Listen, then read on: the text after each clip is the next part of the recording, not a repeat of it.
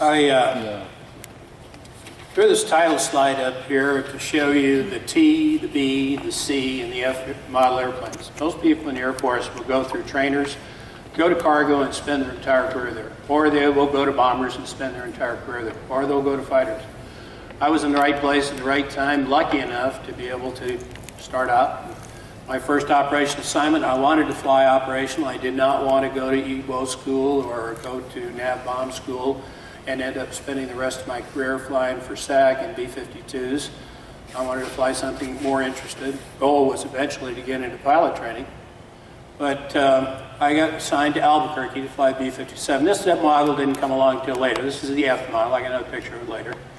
But I was supposed to fly it in Germany. In my next assignment, I found out that I was flying airborne listing post C-130A models out of Rhine-Main, Germany. It's a good place to get a lot of flying time. I was there for 3 years and flew for 2,000 hours. Our mission was flying up and down the borders, and back into the airplane was full of linguists, and they were listening in their foreign language specialty to all the bad guys, and copying things down, recording it, and gathering, information for the Joint Chiefs of Staff. Our our orders of where we were going to fly, when and what time, came right straight out of the office of the Joint Chiefs of Staff. It looks like a C-130A model, but if those of you familiar with the airplane, the A has a smaller drop tank right here outboard of the engines. This is an E model tank that's outboard. If you filled it full of fuel, you wouldn't be able to fly. It's hollow. It's got all the antennas in there to make the airplane look clandestine. If you actually took a fuel sample out of it, there was 6 gallons of fuel in there that you could tap. So in case anybody went up there and touched it, it looked like a fuel tank. It had fuel in it. After I finished up that, I was ready to go into pilot training. They said I was too old. They wouldn't let me give me an age waiver, but they did say we're putting navigators in the back seat of the F-4s. And in 1969, I came back to the States, checked out the F-4s. These happened to be 2 airplanes from Ramstein, Germany.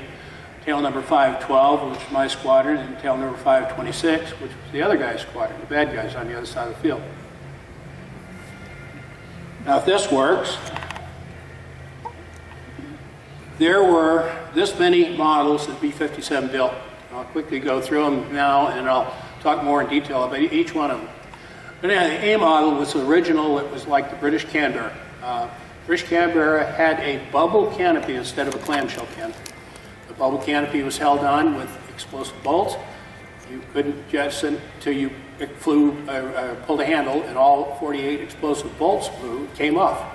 You entered through a hatch in the bottom of the airplane. The navigator had a seat inside the fuselage of the airplane, no windows. But we were supposed to navigate. They were made here in the United States by Mark Marietta, and all of the original short-wing airplanes had J65 engines. They came along with the B model, which was an upgraded version, had a clamshell canopy, still 65-foot wingspan airplane, same engines. The C they made as a dual control airplanes. The Bs didn't have a stick in the back seat. It was just a front seat stick control only, same as the A. But the C was designed for instructor pilots to check out new guys in the airplane. We had quite a few of them at Albuquerque because the airplanes were being phased out at the time, and it was a good airplane for us to fly. SAC wanted something for long, high-altitude reconnaissance, and they had a modification done to the airplane to extend the wingspan from 65 feet to 102 foot. They wanted to go higher, so they went to a bigger engine, the J57 engine. The airplane, there was only 20 of them built. We bailed back a number of them to use for nuclear testing when I first got into Albuquerque. The E model was built for tow targets, and after they stopped towing targets, the banner targets, they'd have a cable reel on the back of the airplane. They could have 4 of them in tubes at the back of the airplane. They'd go out and fly a gunnery pattern, usually a figure 8 or a big turning circle. Fighter would get on the inside of the circle and fire his guns, live ammunition, and they'd score by scoring the banner that was being towed behind the airplane. We got them, they had the banners taken off of them, and they flew just exactly like a C model. While I was there in 1964, the F model came along. It was built by General Dynamics out of Fort Worth, under contract for a new nuclear sampling aircraft. They wanted something to go higher. They wanted to get 70,000 feet. Well, they managed to get this one to do better than that, because I was measured on radar one day at 77,500 feet level. Quite a while later, they took some of these airplanes up here and modified them into G models, which again, there was only about 20, 21 of them built, but they were used during a lot of phases in Southeast Asia. They happened to be at UBON. I never did fly that airplane, but I did see them fly every day, and I had friends of mine that were there that were flying them. I'll go through them in the order that I flew them. I showed up at Albuquerque. They were getting ready to deploy to Pacific for the last phase of nuclear testing. And we had the D models. These were bailed back from SAC. Notice on this airplane, the canopy in the back is clear. This is a two-seater. It's a D2. There was also D0s and D1s. We also had 3 D2s, which had the back seat ejection seat in it, but to save weight, the canopy was aluminum. We couldn't see out. We could see forward, we couldn't see out sideways. Got a couple more war stories about that. J57 engines gave us a little bit more thrust. This airplane would climb out initially to about 58,000 feet. Cruise climb up as high as 66,000 feet. Built for high altitude reconnaissance. Some of them had facilities on them for airborne refueling. By the time we got them, that had been disconnected, and we didn't have any tankers to support us anyhow.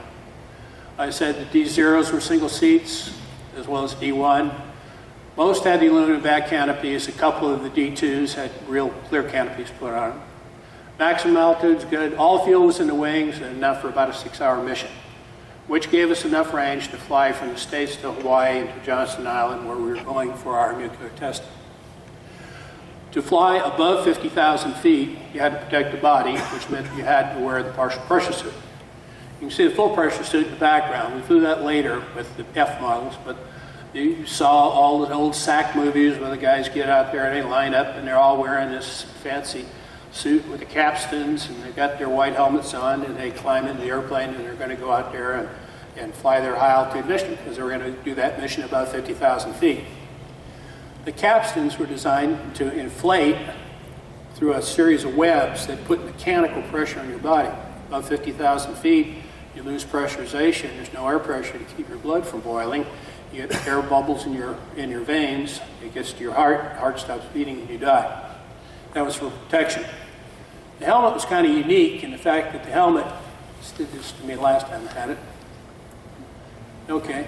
It was an inner and outer helmet. You had a soft canvas helmet underneath, had a neck ring around it. You pull it over your head, and you pull it down, you get secured. Then you put the suit on. You get the suit on, zip it up, then they'd come up and take the hard shell and put it over the top of the soft canopy underneath. Now, when the suit tried to inflate, the helmet wanted to go up in the air. So it had a cable system around it with a lanyard on it. And when your suit inflated, you had to pull on the lanyard to keep your head from, going up, stretching your neck. A lot of unusual things about this. Electric face heater. Face heater had little vertical wires in it that were spaced about a quarter of an inch apart. And if you didn't have it at the right temperature, it would fog up. You couldn't see anything. You were going IFR to about that far from your face. I had it happen to me one day. The circuit breaker popped. I didn't know it. By the time I realized that it popped, I had a little hole down at the bottom, about that big I could see out where the oxygen was coming in. Because the oxygen came in through the hose in the face. I found the circuit breaker, reset it, and all of a sudden you see it. You turn the rheostat up too much, it made your face uncomfortable, it burned, but it also distorted the plastic and give you double vision. So everything you saw it was in, like a lens out of focus. Really weird things to do. The neck seal was more comfortable. Later on with the full pressure suit, we had a face seal, and after a 12-hour mission with a face seal pushing around your face, it got hurt. It really hurt, but this was a lot better. We had suit support out of Carswell, Texas, and every time we had some modification suit, we'd have to make a TDY trip to Carswell with our suit to have it work done. I got there in time for Project Dominic 2. We're thinking that Dominic 2, there's an excellent report on the internet, that's about 500 pages long, was secret, it's been declassified. It gives you all the details about all the airplanes. There's hundreds and hundreds of airplanes that flew. When we did a test drop out there, not only the airplane that was dropping the weapon, we had the samplers out there, 5 or 6 samplers, ready to go through the cloud and take a sample of it to find out what was in the mixture left over after the detonation. But there were photo airplanes out there were support airplanes out there was observer airplanes out there. When we got to Hawaii for our part of the test, we were actually operational out of Joint Task Force Ace at Hickam, but we were Joint Task Force 8.4.4, and we were stationed with the Navy at Barbers Point, just a few miles away. So we drive over there for briefings, and we go back over. The B-52 that was dropping the devices, you couldn't really call them bombs. At this time, they were highly developmental devices. They were ranging in size from 10 to 50 megaton thermonuclear weapons. We were trying to do a big breakthrough to get big bombs to work. And some of these didn't work at all. They were fizzles. They'd just do a primary, go off 10 KT, and that was it. But we did have one in the series that went up as high as 8.4 megatons. Test shot Housatonic. Anyhow, Dominic is available if you find it. Look for it on the internet. It tells you all the thing about how we do it, and about the samplers. We talked about what type of radiation we received, how we were monitored, and all the other stuff. During this time period, September to December 1962, there were about 5 space detonations, all launched on rockets out of Johnston Island. And there were also 5 atmospheric tests down about 200 to 250 miles south of Johnston Island. Typical mission, we'd plan all week, get ready to do this. We'd normally have 5 airplanes launched, 4 of them actually doing sampling, 1 with a scientific controller, telling us where he wanted the sample taken out of the cloud. We get up real early, eat breakfast, suit up an hour before takeoff. This was about 2 or 3 o'clock in the morning, because they like to set off nuclear weapons at night because they get the best photo images of them as the fireball went off. So they tried to set it off about an hour before daylight. By the time we got on scene, we're about an hour behind the detonation. We were close enough to see it from our altitude. So we'd put our arms down. Well, we couldn't, with a face mask on. We'd shield our face, look down the cockpit. It would get bright, and you'd look up. Oh, there it is. There's the fireball on the horizon. You actually see it. We climbed max altitude, arrived at the drop zone, wait. We sampled once or twice, about an hour to an hour and a half after detonation. Even then, the radiation in the cloud was really high. We had one logarithmic scale Geiger counter in the back seat that started out at 0, then went 1/10, 1, 10, 100, 500. And as you got within a half a mile of the cloud, it was already up to about 100. And by the time you penetrated the cloud, it would go all the way through 500 and it was still going. But I don't know how high it'd get because we couldn't read above the 500 number. But it was very serious to get in and get out. We didn't want to have the contamination on us to fly all the way back to Barbers Point, so we take the shortcut back to Johnston Island, land at Johnston Island, and as soon as we landed, we'd get out of the airplane.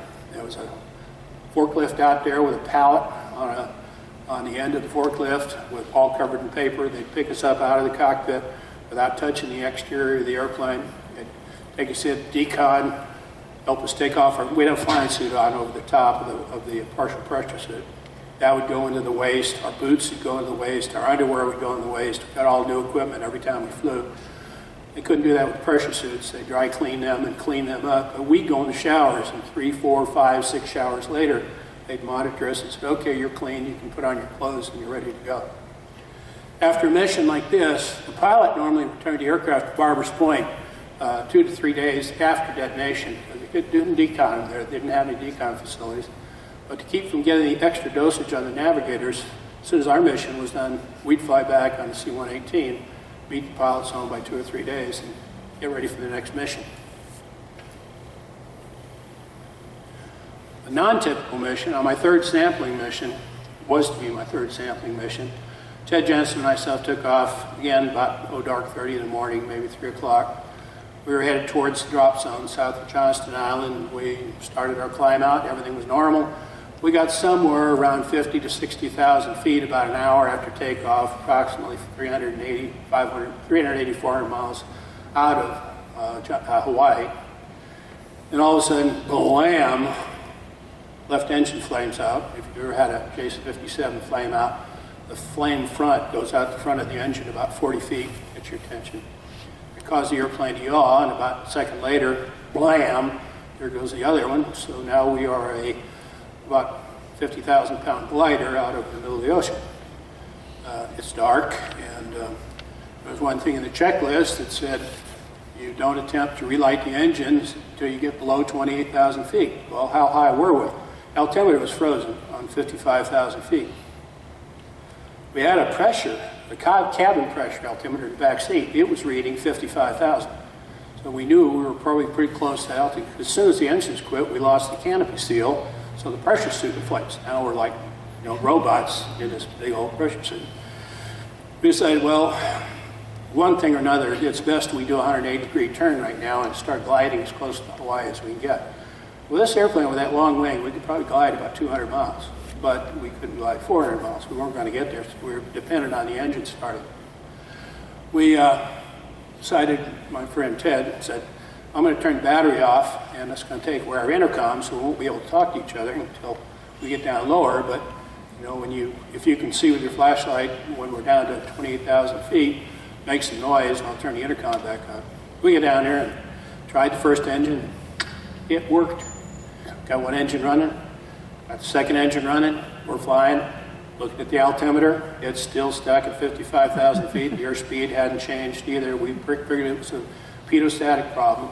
Later on, they checked out the airplane. It was about a half a cup of water in the static line that froze as we were going up. And what caused us to flame out is we were going faster than we thought we were. We reached the Mach buffet when the airplane started buffeting, caused to interrupt the air in the engine and quit. It was an interesting night. We landed back at Barbers Point, and everything was fine after that. They fixed the airplane and flew it again. This was our airplanes in sampling configuration. We had gas bottles in the nose, where we took full air samples of everything. Then we took particle samples with the tanks that were mounted on the wingtips. Got a big piece of filter paper in there that you'd find in most chemistry labs. Pick up small pieces of atomic particles. They come out, they wrap them up and put them in a lead pig, put them in another bigger lead container to protect from radiation, send them out to Los Alamos for examination. This is Johnston Island. This was actually in 1963 when we got back out there for the second exercise. We didn't do any drops, but we went out there to practice. When I first got to Johnston Island, the lighter colored blacktop, that was the whole island. They took coral from these dark areas out here, dredged it, and pumped it up here and filled up to make all this extra space on the island, and increased the 6,000-foot runway out to a 10,000-foot runway with a little bit overrun on the end of it. Quite a different place. The other thing for the nuclear exercise, they put 3,000 people on that small island, and they felt they would have a problem with issues. So when they built up for the testing, they took all the women off the island and sent them back to Hawaii. So it was 3,000 men on the island with nothing to do but fly missions and drink all night long. We did have a boat that went out here. They'd take us out here about 20 miles, and we'd go out there fishing for marlin, and we'd fish for tuna. And interesting. Is this the island that Amelia Earhart destroyed? No, that was about 1,500 miles south of this. Yeah. That's in my other story. I went by that island, Baker Howland Island, on another flight when I was flying a C-54. But interesting place. We fished off the side of the island. We decided we were going to do something different when we came back to Albuquerque, and Red Doug Campbell was major. He had flown the D model for a lot in SAC. He was probably one of the high-time B-57 pilots. He said, we're going to come home in an 8-ship formation. Well, we never practiced formation. But we decided how we were going to do it. We briefed the intervals, we briefed how we were going to break, and we were going to break out of formation. So we came in, and when this picture was taken, I was in the back seat of that airplane, so I got to see all the wings up in front of me doing all this stuff. And on the ground, it looked really good, but from the air, it was really, really kind of chaotic. Once we got back to Albuquerque, we had Bs and Cs. B was the next one I flew.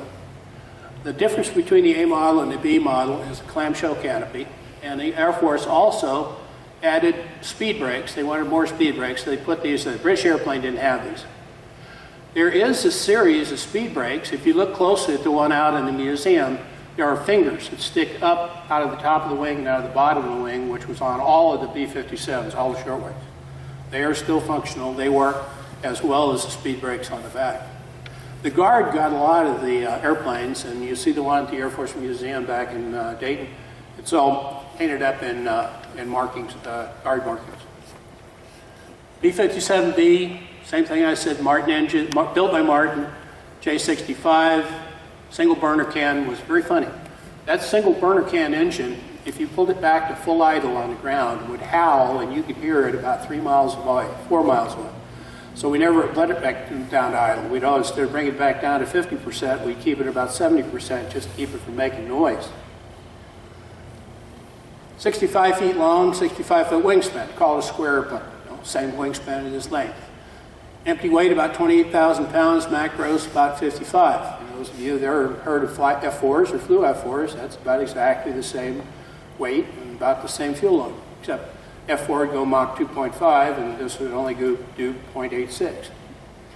Difference in the wings. Full internal fuel was carried in two internal tanks in the fuselage, plus fuel in the wings, plus 2 external tanks, and if we needed to, we could put 4 more external drop tanks under the wings to get to Hawaii.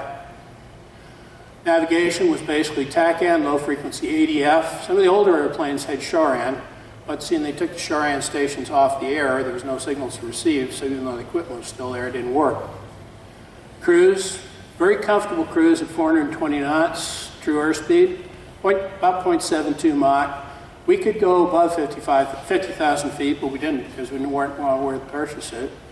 It would fly up to about 0.8486 Mach, and then it would buff it. Range, pretty much about 2,000 miles. And so if you figure the speeds that we were flying, about 420 knots, we'd have about 5 hours of fuel on board.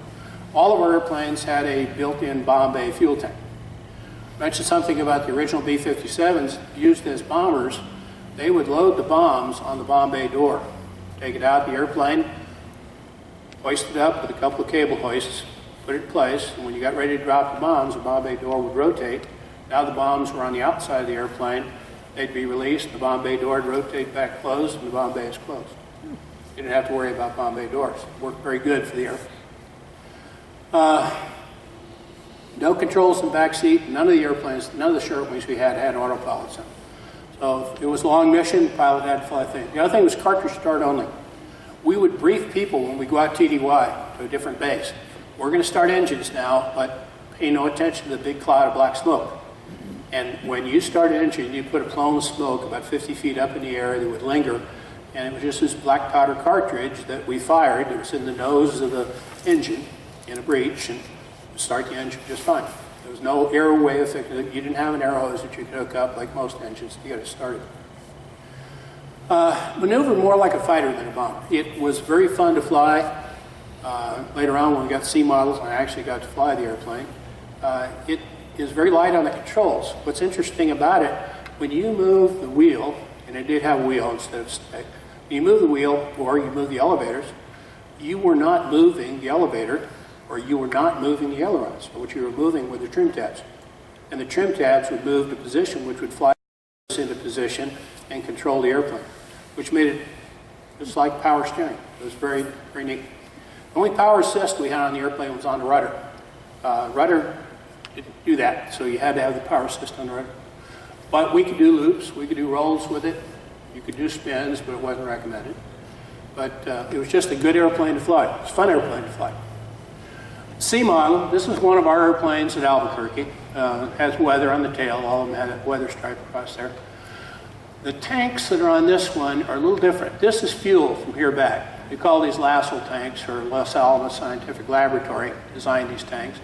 Notice the front of it looks just like that sampling pod on the D model. That's exactly what it is.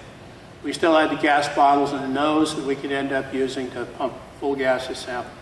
We'd fly these missions back and forth to Alaska. We'd fly missions along the Canadian coast. We'd fly missions up over Canada, sampling Russian tests and Chinese tests as the debris drifted across our skies. Those are things that we did during the Cold War. We had a valve in the front of this. It's just like a big butterfly valve that when you want to sample, you'd open it and it'd let air through. When you didn't want to sample, it'd close and keep things. So we could sample a piece of an airspeed, and we could sample one wing at a time. So we can get a sample in this wing from one altitude, and 15, 20 minutes later, we can get a sample in this wing with a different. C differences, same engine, same size, same weight, dual controls.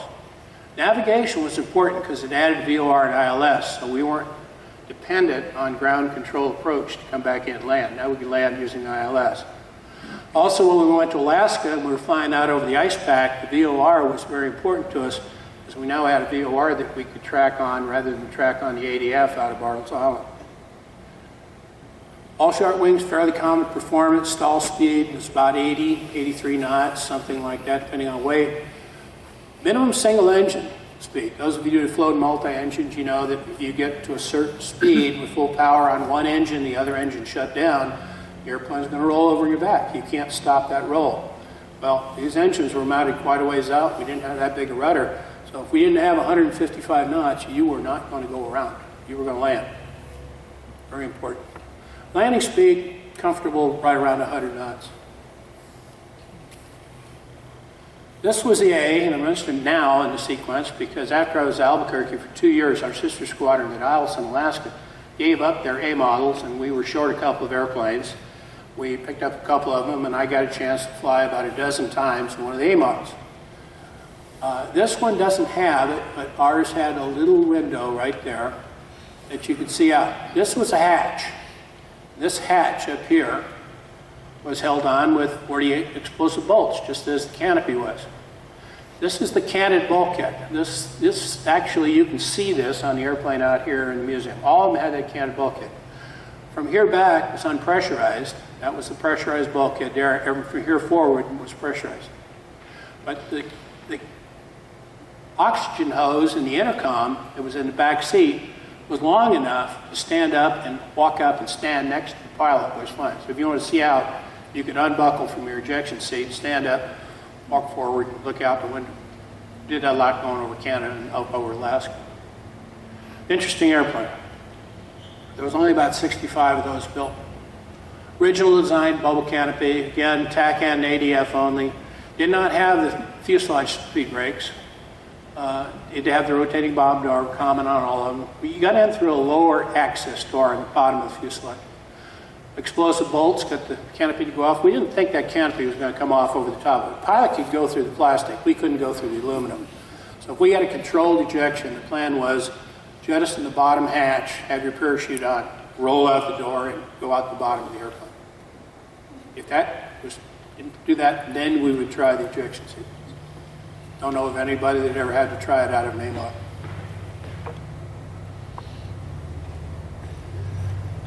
Just so happens right now I go to Copper State, parked airplanes for the Copper State Home Built Fly-In, and at Falcon Field in Mesa, Arizona, there are two British Canberras, these were the British, not American, that are out there. They belong to the Commemorative Air Force, and they're trying to get enough parts to get one of them to fly. I'd love to see it fly again. I took these pictures. This one had the hatch open, and I decided I was going to take my camera and climb in through the hatch.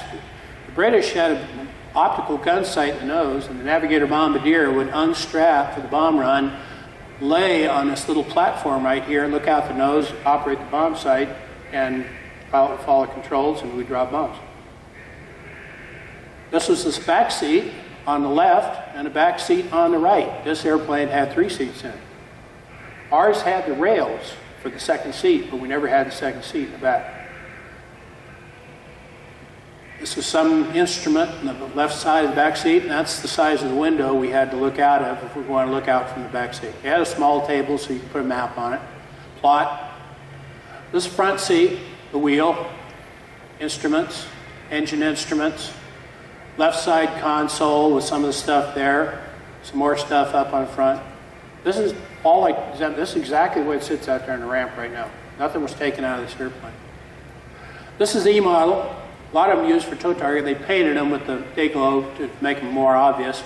But these are the 4 tubes that were at the back that contained the banners that they used for tow targets. Built to be a tow target aircraft, 4 tubes, very similar to C model, dual controls. Again, we had TACAN, VOR, ILS, and ADF. Without the 2 tubes, it was just another C model. We had some special mission aircraft. The Air Force built 2 for general officer support, and this one belonged to General Peterson, who happened to be the commander of Air Weather Service at the time. We had it, we flew it on regular missions. It was kind of a neat airplane to see. It was all white, it had U.S. Air Force on there instead of USAF. It had the day glow stripes on it. And the only thing about flying it, it was a lead sled. It weighed 600 pounds heavier than all the other airplanes because of the paint on it. But to make it easy on the general, it had an autopilot. They put one in the airplane just to make it easier for him to fly. This one was quite different. I flew it about a half a dozen times. They were testing Beaumark guidance units. And to do so, they put the Beaumark guidance unit nose on the front of a B-57. They'd make passes on other aircraft to see how the guidance unit was working, to see whether or not it was doing what things it was supposed to do. When they were finished with the test, they said, well, it's going to cost money to unmodify the airplane. It's flyable the way it is, and you need an airplane, take it, and you can fly that one. So I flew that one to Alaska a couple of times. You get a few stairs when you land. Around July, August 1964, we got the F model. This is an F model configured for sampling, very similar to the D model. It had the probes up front for gaseous samples. We had the sampling tanks we hardly ever flew with other than for hot sampling. We'd mount them on the wings. This time we went to bigger engines. The biggest engines were available at the time. But when General Dynamics built the airplane, it wouldn't reach the 70,000 feet that they guaranteed it would reach. They did some measurement on the airplane, figured out they'd built the wings about 3,000 pounds heavier than it was supposed to be, and it would never get to that altitude. They figured the cheapest way to fix it was to take two engines off of the T-39 J-60 engines and mount them as auxiliary engines onto the wing. So we were a 4-engine bomber now instead of a 2-engine bomber. Little engines, I'll talk a little bit more about later. The other thing that was different about the controls on the airplane, we use spoilers more than ailerons for roll control. As big as that airplane is, you can imagine how much adverse yaw you would have just using ailerons for control. So when you wanted to bank to the left, the right spoiler would go up, the left aileron would go down. You get the drag off the aileron, and the airplane would turn quite readily. Almost everything was different about this airplane. Almost everything. There were 20 of them built, 12 of them were at Albuquerque, 2 of them went to Yokota, Japan, 2 of them went to Rhein-Main, Germany, and 2 of them went to Pakistan, Peshawar, flown by the Pakistanis. Wing was expanded all the way out to 122 feet. We had 2,000 square feet of wing area. I think some engineer, when you design that, said, well, 2,000 sounds like a nice round number, we'll design to that. All the fuel was in the wings. We had no fuel in the fuselage at all. New, taller vertical tail and rudder to control the thrust from the engines. They're big engines. Our old engines were 7,000 pound thrust. These were 25,000 pound thrust engines. We had 50,000 pounds just from the 2 big engines alone. The auxiliary J-60s added 3,000 pounds more thrust, and we couldn't start them on the ground. They didn't have any starters. At climb, passing through about 20,000 feet, we'd turn the switches on them, and they'd windmill up, and they'd start. But we had no throttle control over them until we got past 30,000 feet. Past 30, you can bring them up to full throttle and give you extra thrust for climb, and we needed to go to max altitude. If we didn't need to go to max altitude, we could leave them just in idle, and they'd be there for the whole flight. If we want to extend the range of the airplane, we'd take them off the airplane. That's why we called them Engine 1A and 1B, and Engine 2 and 2B, because you could fly it as a 2-engine airplane. You didn't have to have all 4 engines on it. We had one guy take off one day. We didn't pre-flight our own airplanes because we were in a full pressure suit. Somebody else pre-flighted for you. He got in the airplane. He didn't notice when he got in, little engines were on the airplane. They had taken them off because they were getting ready for deployment. He gets airborne, calls up the squadron radio, and he says, I'm having trouble getting the little engines started. I've got RPM on one, and I got a little oil pressure on the other one, but they just don't seem to be doing anything. So I was around, what airplane is he flying? Hey, that only has 2 engines. The other one's down there. Call him back on the radio, tell him I'll go down in the hangar and see if the engines are running. Fuselage was modified extensively. At the time period, the Air Force said, we have money to modify an airplane, but we don't have money to build you a new one. So they came up with this plan to make this airplane lightweight and get it to go high. They eliminated the whole bomb bay out of it. They sheeted most of it over with a radome on the bottom to where you could use the Doppler navigation system through the radome. And to make the airplane lighter, they took all the skin off the fuselage, lifted the stringers and ribs, and skinned it with lighter weight aluminum to save weight. That's a lot of work. Plus, they built all new wings. They used the same horizontal stabilizer They used the landing gear and they used the canopy, but other than that, it was a totally new airplane. We added some things to it. We did end up adding UHF, VHF. Single sideband radio was really good because we did a lot of well flying long range over water. We could call from Alaska, we could call from Hawaii, we could call from Australia back home and talk to the duty desk at home on our Collins 618T single sideband radio. Good piece of equipment. Required the use of full pressure ship. Showed you the picture of it earlier. This was more comfortable to fly in and a little more comfortable when inflated. Had a vent garment on the inside with its own air supply, so you add heat, take heat away, make yourself comfortable. We had a spray bar that sprayed the oxygen in the inside of the canopy to keep your visor from fogging up inside. No flight controls in the rear seat again. We had a small table, which we had to do celestial navigation in this airplane, so we had to have something to plot on. We had the RN-102 Doppler radar, which worked most of the time, but it didn't work very good over water. Water reflects radar away instead of sending signals back, and it would break lock. So it was half the time it was useless. They did put a Beard atomic sextant in the airplane. It was a little glass dome right in the back of the pilot's canopy, and right below that, there was a box with a big 6-inch diameter lens in front of you. I could control the sextant with 2 hands. One would make the go up and down, and one would make it turn around, and it was actually a very good navigation instrument. We could go any place in the world using just that sextant. And the interesting thing is we were flying high enough that even in the daytime, the sky was dark enough that we could do 3-star navigation in the middle of the day. So you always knew where you were within 2 to 3 miles.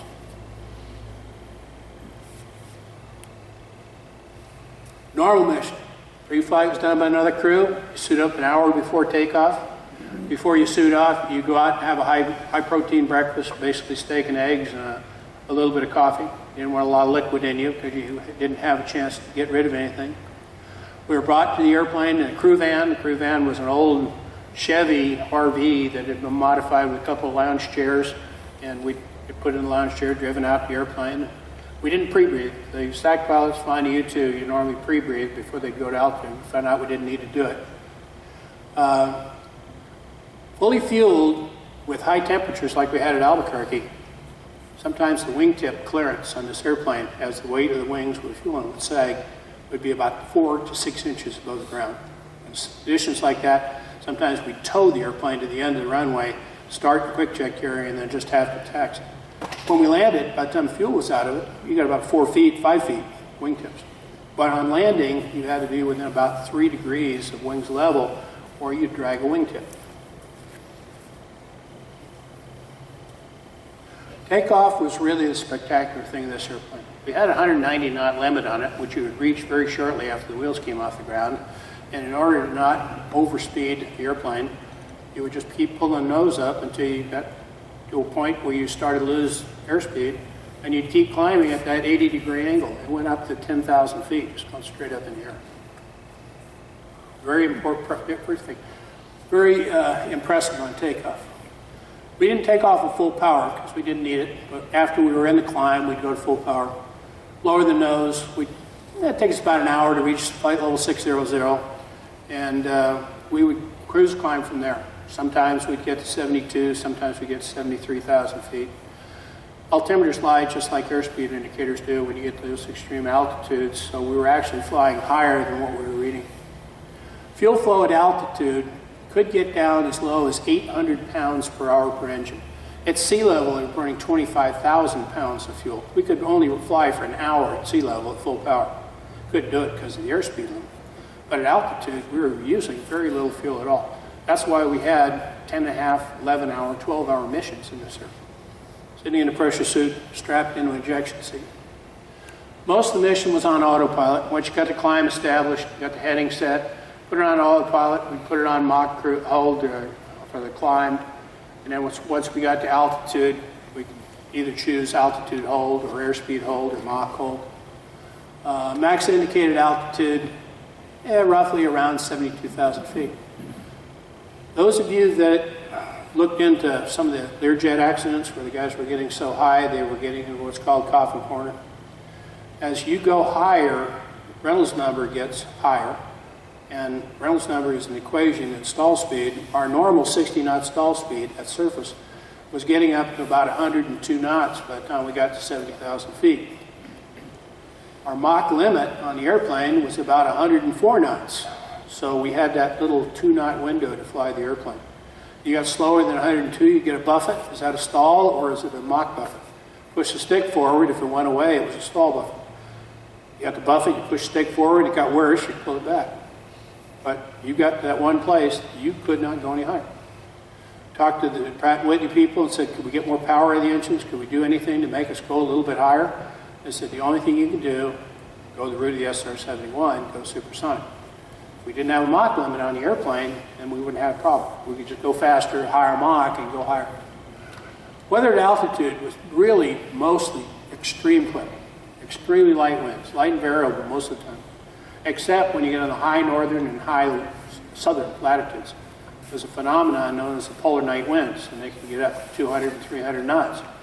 The U-2 pilot discovered it the first time. He thought he was flying towards Russia, couldn't find anything that he was looking for, turned around and thought he was flying back to Eielson, ended up landing in Thule, Greenland, because he was fighting these 300-knot headwinds while he was going that way. He was only going 100 miles an hour going that way. By the time he turned around and realized where he was, he's calling for help, and Thule answered. But with our Doppler flying over the ice pack, we'd pick up this change in the drift, and we'd just keep adding drift correction to keep on heading to go north. We'd basically pick up the 150th parallel and take it straight up to as far as we can go up to the ice pack and come back home again into Eielson. Boring, sometimes it'd be very exciting. Normally in the back seat, you could not see the wingtips, but you get into some heavy turbulence, and when you start to see in the outer 20 to 30 feet of the wingtip bouncing up in the air, to get your attention. Coffin corner, talked about that. Descent was kind of interesting also. We'd start descent 45 minutes before landing. And the first thing that you did was pull the power back. Second thing you do, you put the landing gear down. Why do you need your landing gear at 65, 70,000 feet? It added more drag than the spoilers did. Then you'd put the spoilers out, and then you'd be in that configuration until you came down ready to land. You'd bring the spoilers in and then touch down. Landing approach, normally we'd fly 190 just to make up speed. When we get close to landing, stall was about 60, so we'd fly final at about 80 knots, roll out a little ways. Wings had to be level or almost level on touchdown to keep. The wingtips were actually fiberglass and were repairable to a point, but if you damaged one too badly, the whole outer 6 feet of wingtip could be replaced. They came in pairs. General Dynamics was smart, they sold them in pairs. We kept digging the right wingtip, and we had a hanger full of left wingtips, but we needed a right one, we had to buy another set. I don't know what happened to all the old extras. Taxi back was a lot easier because we had ground clearance in. Post-flight included a mini exam, and it was interesting because of the water loss from your body. We couldn't drink anything while we were in flight, and the guys nowadays do, but we weren't allowed to. So in a normal breathing, in and out, you're losing moisture through your lungs, and the average weight loss was about 10 pounds for a 10-hour flight. When the only way to... We did have a relief tube, but it wasn't a tube because that would let pressure out of the cabin. We had a relief bottle that held exactly 1 liter. And if you filled the relief bottle, there was nothing else that you could use. The relief tubes on a B's and E's, Yeah. normally the flight did not function, they froze Most up. of the time, yeah, phrase up, yep. Missions, we did hot sampling, live mass testing. That was ended for us because of the test penetrating. Cold sampling, we would sample all the Russian, Chinese tests, Indian tests. We even went down and sampled French tests flying out of Pango right after I left the squadron. We did TDYs to Larson, which is closed, at Moses Lake, Washington. We'd go to Eielson, we'd fly missions out of McCord, sometimes out of Fairchild, up the coast of Canada. When we were supporting the Nevada test site, they were doing the underground, but every once in a while one of them would vent. They wanted us to get samples of the vented gas that came out of the ground. So we'd be on standby at Indian Springs, which is now Creech Air Force Base, just outside of Las Vegas. And we got up the Springs, we got a tour of it, we got to see the old Sudan crater where the one came out and made a 600-foot hole in the ground, and some of the other test sites up there. How we got out there, you've got the airplane out here, that HH-21, the old Piasaki you got out in the helicopter display. That's what they took us out over the range in.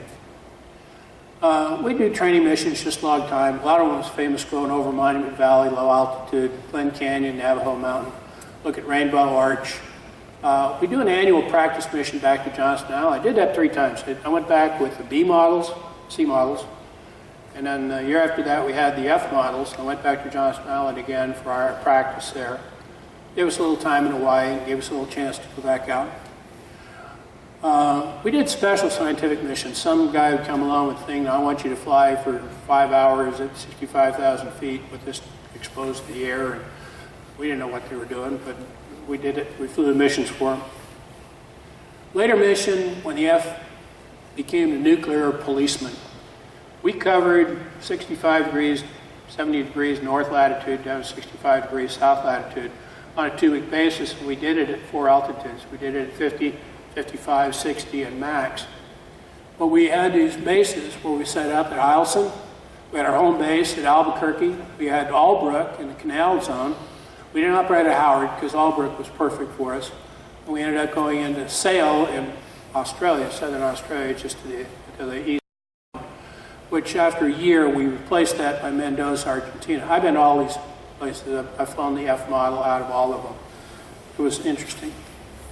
4 standard amp required 2 missions.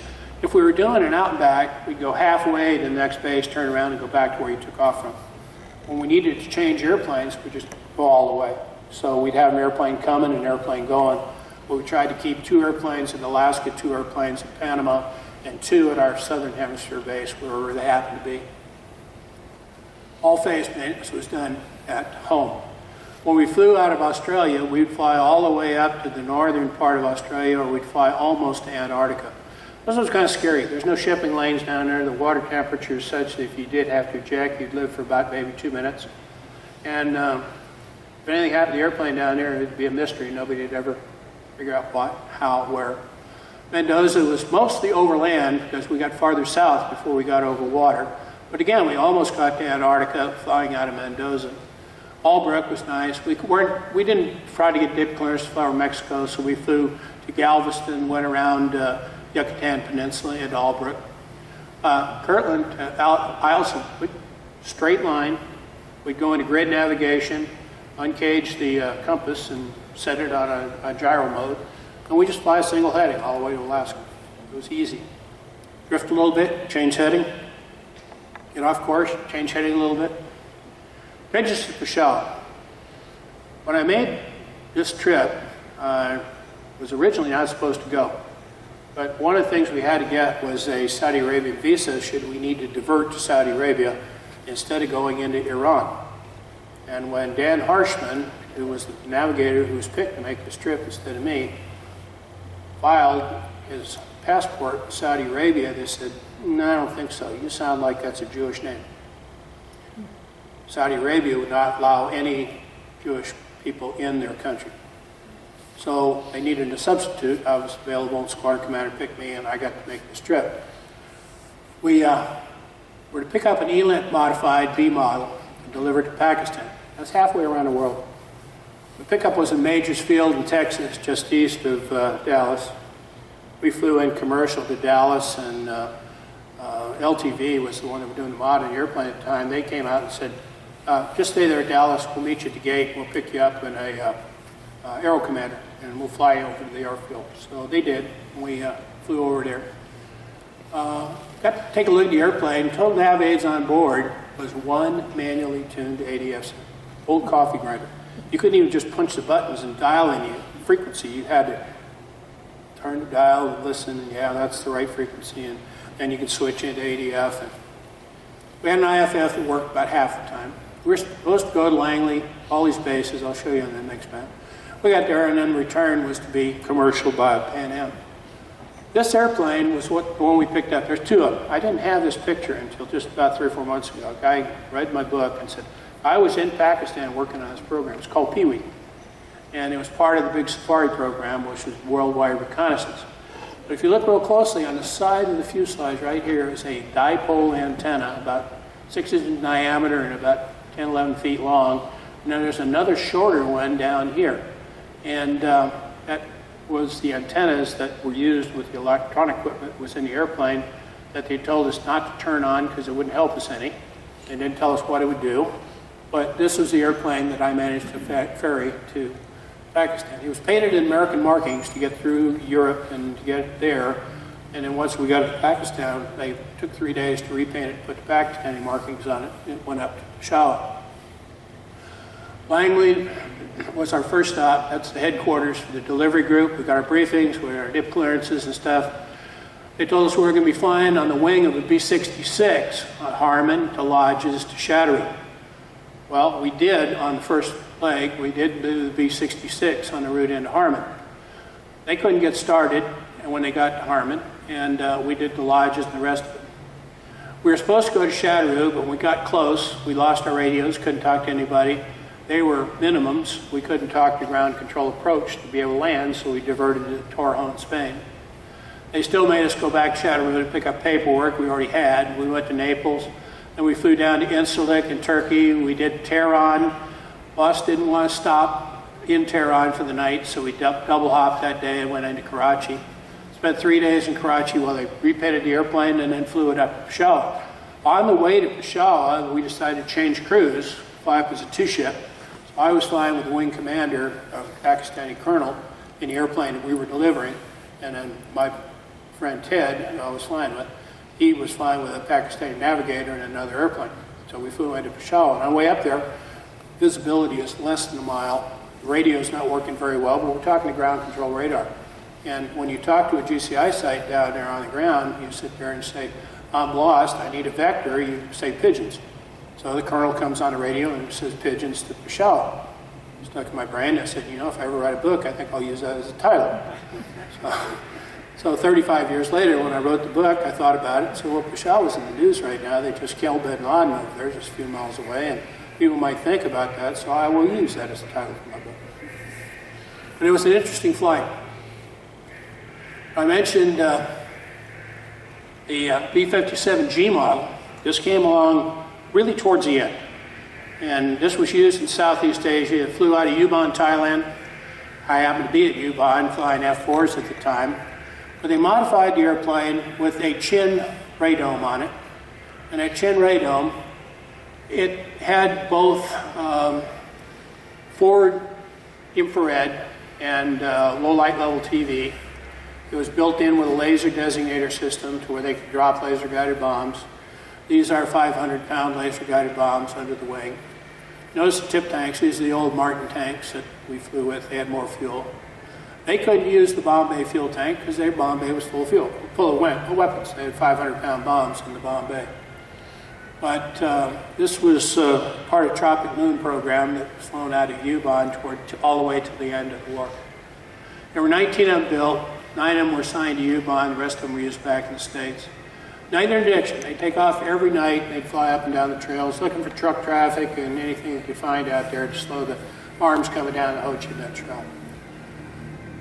Comments from the guys that were flying it that I liked. I asked them, how does the airplane fly? He said, well, it flies just like a B model with speed brakes out. That great big chin dome up there gave them a lot more drag than they normally had. And the other one I really liked is you'd watch it take off. It takes just slightly more runway than it was available. It had that stone detector in the nose wheel that once you started seeing gravel down there, it allowed the airplane to get off the ground. But they flew their mission. We lost one out there, same night that we lost the FAC. And Paul Pitts, a good friend of mine, was flying the airplane. We got a cruise back. We didn't get the FAC back, but we got the B-57 crew back. He spent the night up against what he thought was a tree. When it got to be first light, he realized he was up against the hooch. When he turned around, looked around, there were canteens hanging in the trees, and he looked inside, there was people sleeping. He said, I think I better get out of here. And he went back over towards the jungle and got on his radio and got picked up a couple hours later. This is one of the EB-57s in the boneyard at Davis-Monthan. And I took that picture when I was at the boneyard a couple of years ago. Very similar to the one you have here. This is your airplane, parked out back of the hangar. B-57 served basically from 1953 to 1974. That's when they closed out the F models. here in the States. However, NASA wanted a couple of them, so a couple of them were transferred to NASA, and then just about 3 years ago, maybe 4 years now, they took aircraft 295, which was one of the ones I flew out of Albuquerque, took it out of the boneyard after it had been there for 40 years, refurbished it, and gave it to NASA, and they are currently flying those missions almost daily. I understand what NASA is doing, flying out of Afghanistan, but that's another story. There were approximately 400 aircraft built during the time period. Hard to count because our D models were made from previous B models, and our F models were made from previous Ds and Bs, and the Gs were made from previous aircraft. So all told, there were probably close to 500 different tail number B-57s, but it all started with about 400. Bottom line, it was probably one of the best navigators since. It was fun, it was good flying. The airplanes that had dual controls, we got a lot of flying time in it, and we had good base that we went to, and it was a fun airplane to fly. First got to Albuquerque, we're called 1211th Test Squadron. We liked that patch. Air Weather Service took over the squadron and said, you're going to use the 58th Weather Reconnaissance, which had the B-50 on it, and nuclear sampling, they did with B-50s at the time, and cold sampling, a lot of weather reconnaissance.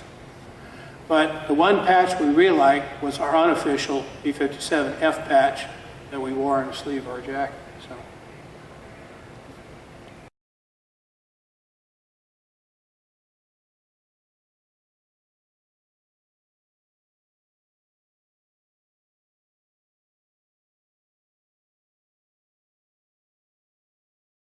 Let me make one little plug about my book. I've got copies of my book up here that I brought with me in case anybody would like to hear some of my other stories. There's things in there that I've already talked about flying the B-57. It goes on to flying the airborne listening post missions in Europe. While I was at Albuquerque, I also had a chance to fly a C-54 across the Pacific, Hickam, Canton Island, American Samoa, Rarotonga. Experiences flying low altitude, real navigation. Talks about the old navigation techniques during that time period. I also had a chance to fly with the Hurricane Hunters out of Bermuda and WB-50s, flying weather reconnaissance missions out of Cuba. That's all in there. I got all the survival schools in there. I went through the basic survival, the Cool School in Alaska, went through water survival in Homestead and Snake School in the Philippines. That's all in there. Got into the F-4, took about transitioning into the F-4. It was like flying that airplane. Combat tour in Southeast Asia, a couple of different chapters there. I was in a laser squadron. We were dropping laser-guided bombs. I give the history of laser-guided bombs early on. I talk about coming back to the States, going through fighter weapons school, what Nellis, what it was like to be in weapons school at the time, the intensity of the training. Then 2 tours after that in Europe at Bitburg and Ramstein, and then my final tour back at Eglin. But I have both soft cover for $25, and I've got hard covers for $35, and I'd be happy to autograph if anybody would like to have a copy of my book. How about that, folks?